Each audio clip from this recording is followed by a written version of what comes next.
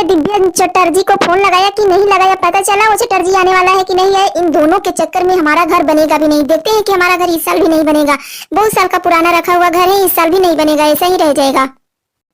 अरे मम्मी, मैंने बोल दिया है चटर्जी से वो हमारे घर में आने के लिए जगह छोड़ देंगे, गोदरेज रखने के लिए और मशीन रखने के लिए, क्योंकि बहुत पहले से ही मैं बोल रही थी मेरे घर में, इस वाले पुराने घर में मेरा कमरा जो था बहुत छोटा था, लेकिन नए वाले घर में हम बहुत बड़ा कमरा बनवाएंगे। हाँ हाँ दीदी, मेरा भी कमरा बहुत छोटा था, मैं भी अपने कमरे को बड़ा सा बनवाऊंगी। अरे भाई, तुम दोनों को क्या क्या करना है, इतने साल हो गए लेकिन अभी तक से ये पता नहीं चला कि घर कैसा बन रहा है कैसा नहीं बन रहा है। नए डिजाइन का कौन सा घर बनवा रहा है भाई।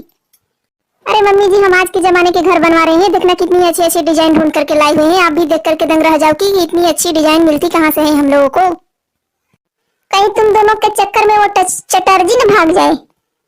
अरे नहीं नहीं, कहीं सच में तुम दोनों ने उसको भगा तो नहीं दिया है ना। कब से फोन भी नहीं उठा रहा था मेरा, मैंने सुबह से कितनी बार ट्राई किया लेकिन एक भी बार मेरा फोन नहीं उठाया। हम लोगों ने क्या किया है, हम लोगों ने तो बस घर का डिजाइन बताया है, और क्या बताया है। देखो बड़ी मुश्किल से वो चटर्जी माना हुआ है घर बनाने के लिए, लेकिन और तुम लोगों ने उसका इतना सर खा रखा है कि वो बेचारा नाम नहीं ले रहा है कि हाँ मैं तुम्हारे घर आऊंगा घर बनवाने के लिए, क्योंकि पिछली ही बार बोल रहा था कि आप दूसरे को रख लीजिए अपने घर बनवाने के लिए, मैं नहीं आऊंगा क्योंकि ये दोनों मुझे बहुत परेशान करती है। देखो अब की बार जा रही हो ना तो परेशान मत करना, क्योंकि अब की बार मैंने बोल दिया है कि ये लास्ट टाइम है। मुझे तो समझ में नहीं आ रहा है कि आखिर घर बन कैसा रहा है। क्या सचमुच में तुम लोग ताजमहल बनवा रही हो क्या। ये लो मम्मी जी की बातें सुनो। अरे मम्मी जी, हमारे नसीब में ताजमहल कहाँ लिखा है। जो भी रूखा सूखा घर है वो तो बन जाने दीजिए पहले, कम से कम अपने मन के मुताबिक से हमको हमारा घर में तो बनवा लेने दीजिए। हाँ हाँ, रोका कौन है तुम दोनों को। जाओ जाओ, जा करके चटर्जी से बात करो। देखना भाई, इस बार ऐसी बात करना ना कि चटर्जी जी मान जाए, नहीं तो वो चटर्जी अगर गुस्सा हो गया ना तो दोबारा घर में काम ही नहीं लगेगा। मैं तो कहती हूँ बेटा कि तुम दोनों भाई ही चले जाओ, इन दोनों को छोड़ दो। ये जाती है तो बस बांस करके चली जाती है। वो चटर्जी गुस्सा हो जाएगा तो हम कहाँ से नया लेकर के आएंगे। अरे नहीं नहीं मम्मी जी, ऐसा नहीं होगा। दीदी ऐसा होने ही नहीं देगी, क्योंकि हम लोगों ने चटर्जी को मना लिया है। पहले ही फोन करके बोल दिया था कि चटर्जी अपने घर पर ही रहना, क्योंकि वो पहले से ही गांव भाग रहा था, गांव भागने के चक्कर में था, लेकिन हम लोगों ने उसे रोक लिया है। अगर वो भाग जाता तो फिर हमारा घर कैसे बनता। फिर तो अगले साल अगले साल अगले साल करते करते 4 से 5 साल निकल जाते, तो फिर हम कौन से घर में रहते। इस पुराने वाले घर में तो जगह ही नहीं है सामान रखने के लिए, फिर रहते हम कहाँ। चलिए दीदी चलते हैं अब घर, चलिए चटर्जी से बात करते हैं। हाँ हाँ सोनम, चल चलते हैं, नहीं तो चटर्जी फिर भाग जाएगा ना तो फिर हाथ में नहीं आएगा, क्योंकि कल ही भाग रहा था ना। देखा ना किस तरह से हमने उसे मनाया है। अगर इस बार भाग गया ना तो बड़ी मुश्किल हो जाएगी उसको यहाँ पे लाना। हाँ हाँ दीदी, ऐसा लगता है कि जैसे पैसे लेते ही नहीं है, भाव खाते रहते हैं। कितना अच्छा खासा काम चल रहा है यार, उसको सारे घर का जिम्मेवारी ही तो दी है कि ऐसे घर बनवाना है वैसे घर बनवाना है। डिजाइन सेलेक्ट हमने किया है बस, और क्या करना है उसको। हे भगवान, इन दोनों की बहन से कहीं सच में चटर्जी भाग न जाए, वो कहीं गुस्सा ना हो जाए। देखो अनाप शनाप उसके सामने मत बकना, धीरे धीरे बात करना और अच्छे से सुलझी हुई बात करके वापस आना। इतना बड़ा बड़ा घर बना हुआ है, अब कौन सा डिजाइन बनवाना चाहती हो इस घर में। अरे मम्मी जी, ऐसी नौबत ही नहीं आएगी, क्योंकि घर में हम ही को तो रहना है ना। पहले हमको ही ज्यादा फिक्र है इस घर बनने की, तो इस चटर्जी को हम भागने थोड़ी ना देंगे। अरे मम्मी जी, हम उसे भागने नहीं देंगे, अगर भागेगा भी ना तो पकड़ लेंगे।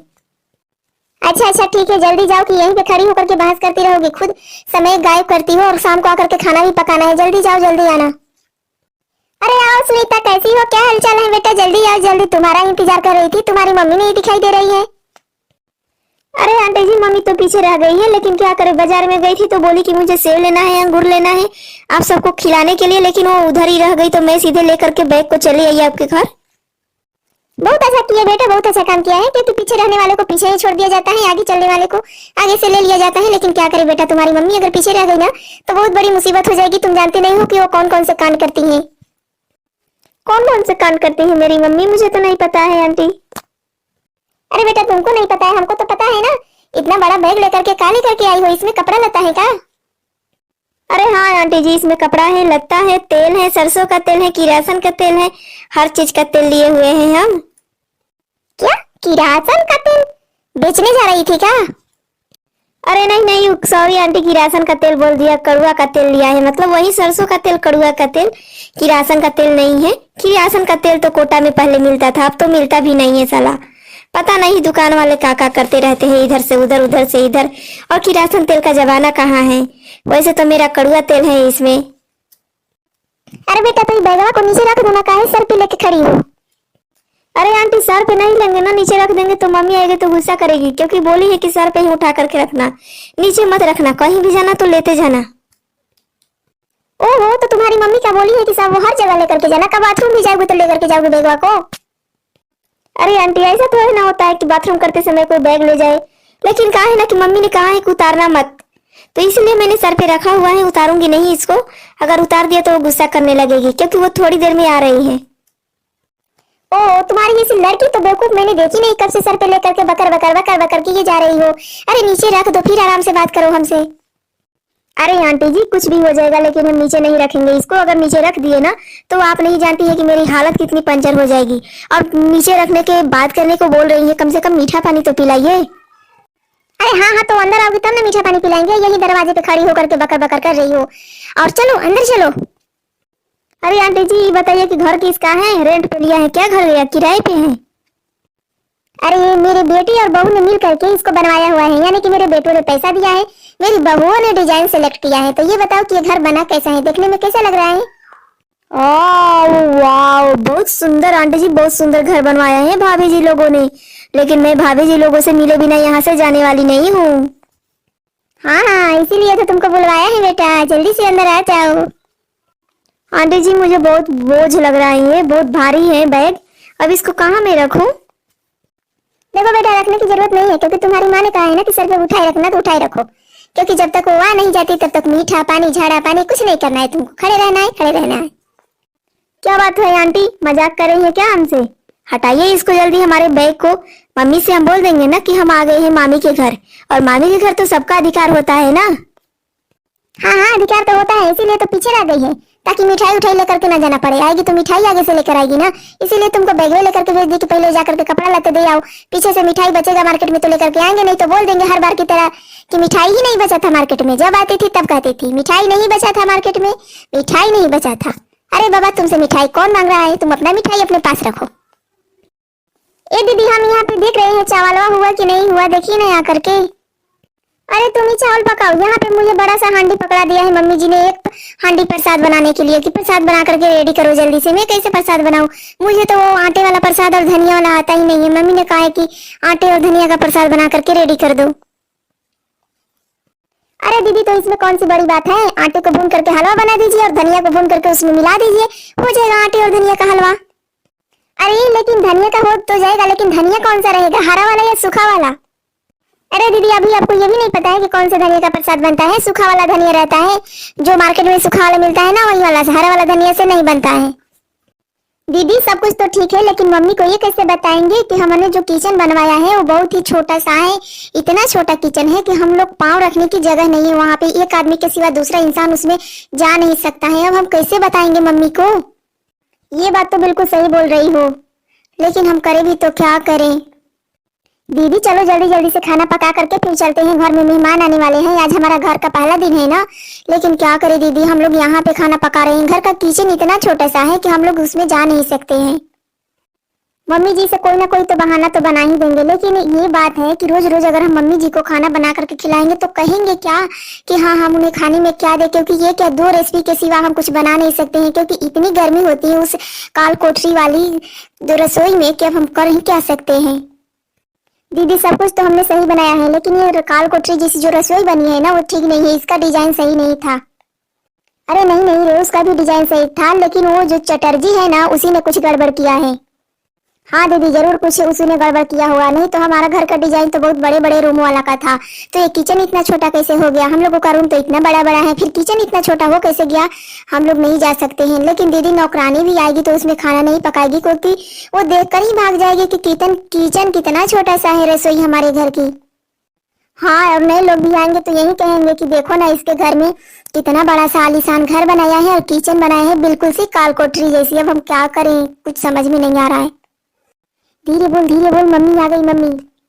अरे क्या तुम दोनों यहाँ पे लिपटी हुई हो, अभी तक खाना नहीं पका तुम दोनों का? अरे मम्मी जी हो गया है, बस हो ही गया है। मम्मी जी लेकिन पंडित जी आए कि नहीं आए? पंडित जी आएंगे तभी ना प्रसाद जाएगा, ऐसे ही ले जा करके रख देंगे प्रसाद, ये तो माछी उछी लग जाएगा, इसीलिए पंडित जी का इंतजार कर रहे हैं। अरे दीदी चलिए, प्रसाद तो हो गया, चावल भी पक गया है। तुम चावल कर रही हो, चावल पका रही हो क्या यहाँ पे? मैंने खीर कहा था बनाने के लिए ना। अरे मम्मी सॉरी सॉरी, वो कहा है ना कि चावल को देख देख करके मुझे लग रहा था चावल, ये तो खीर ही है। दूध डाला है कि ऐसे ही बना रही हैं बिना दूध का? गुड़ वाला है मम्मी जी, इसमें दूध डालेंगे तो फट जाएगा, बाद में डाल देंगे। गुड़ वाला प्रसाद ऐसे ही बनता है ना। हाँ हाँ सब ठीक है, चल बाहर चलते हैं। और एक मिनट, तुम लोग यहाँ क्यों खाना पका रही हो? किचन में बना लेती, इतना आलीशान घर का किचन है। उसका भी उद्घाटन हो जाता है उस कमरे का, क्योंकि सारे घर का गृहवास प्रवेश होगा तो नए घर में नए किचन में तो प्रसाद बनाना ही बनाना है। तो यहाँ क्यों आकर के प्रसाद बना रही हो चूल्हे पे?